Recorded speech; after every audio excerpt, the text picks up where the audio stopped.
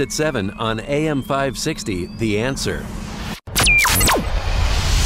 This is Chicago's Morning Answer with Dan Proft and Amy Jacobson on AM 560, The Answer.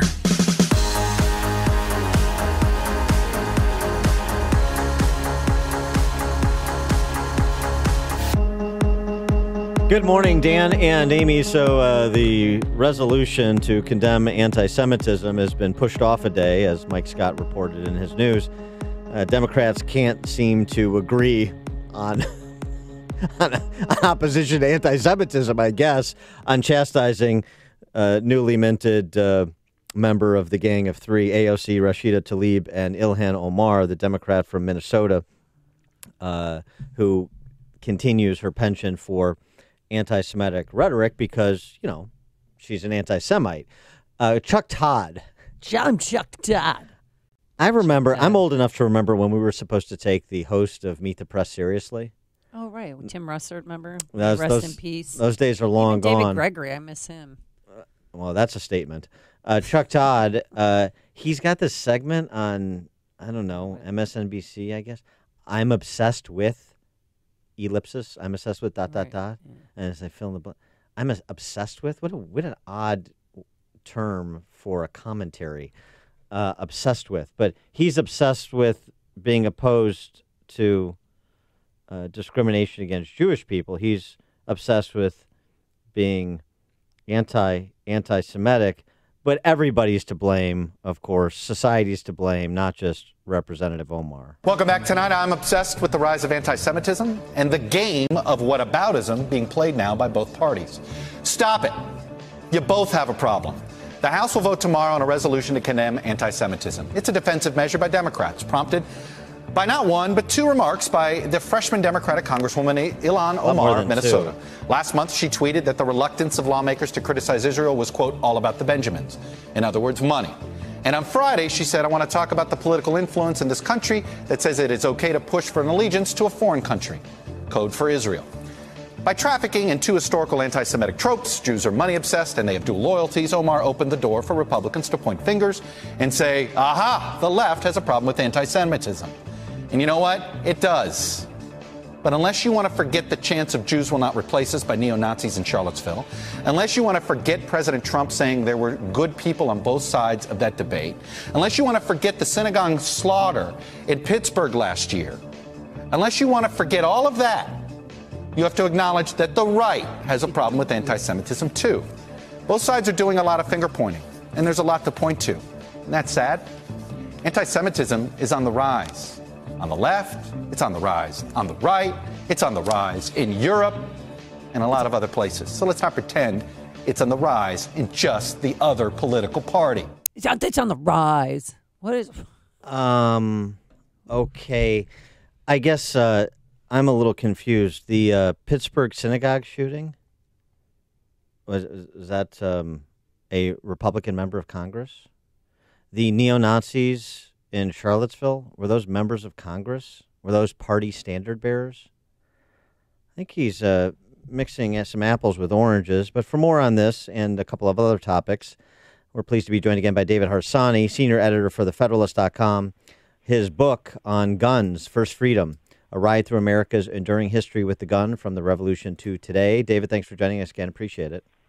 Thank you. Thanks for having me. So can you give us your reaction to what Chuck Todd had to say about anti-Semitism and the everybody's doing it problem that he's identified?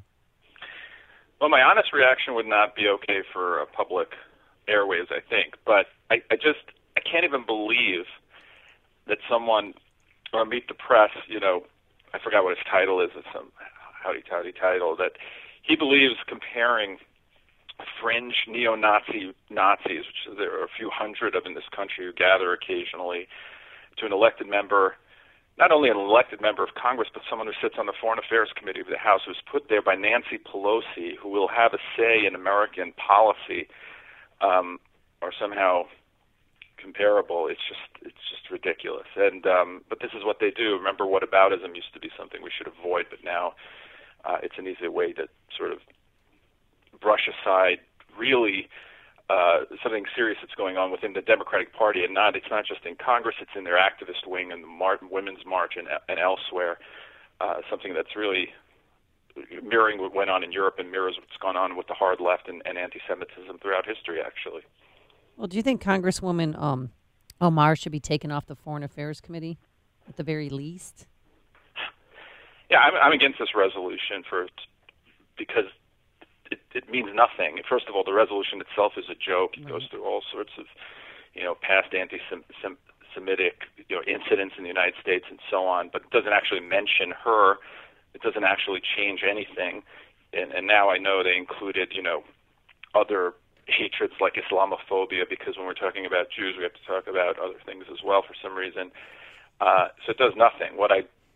The only thing Pelosi can do, I think, would be to take her off the committee. But she was just on the cover of Rolling Stone magazine with Omar. I'm not sure who's fooling who here. She is. Yeah, whole show people are still pro-Israel, but there is a contingent on the left that is very anti-Israel, and she's placating them. This story in the New York Times yesterday, and I'm sort of stunned that it was New York Times reporting, particularly after their expose in McAllen, Texas over the weekend. More than 76,000 migrants crossed the border without authorization in February, an 11-year high, and a strong sign that stepped-up prosecutions, new controls on asylum, and harsher detention policies, have not reversed what remains a powerful lure for thousands of families fleeing violence and poverty. Wow. So that combined with their newfound evidence of violence and human trafficking and the abuse of women in places like McAllen, Texas, New York Times reporting, are we starting to get to a point where the evidentiary support for Trump's national emergency claim is reaching critical mass? In a political sense, yes, I think it's true. I mean, anyone who says that there's not a problem down there, it's just not being honest. Now, how big the problem is, we can debate that, and we can also debate whether Trump's, the way Trump's going about it is the appropriate way. I don't think it is, though. Democrats are making it very difficult for anyone to try to do anything at the border in any other way.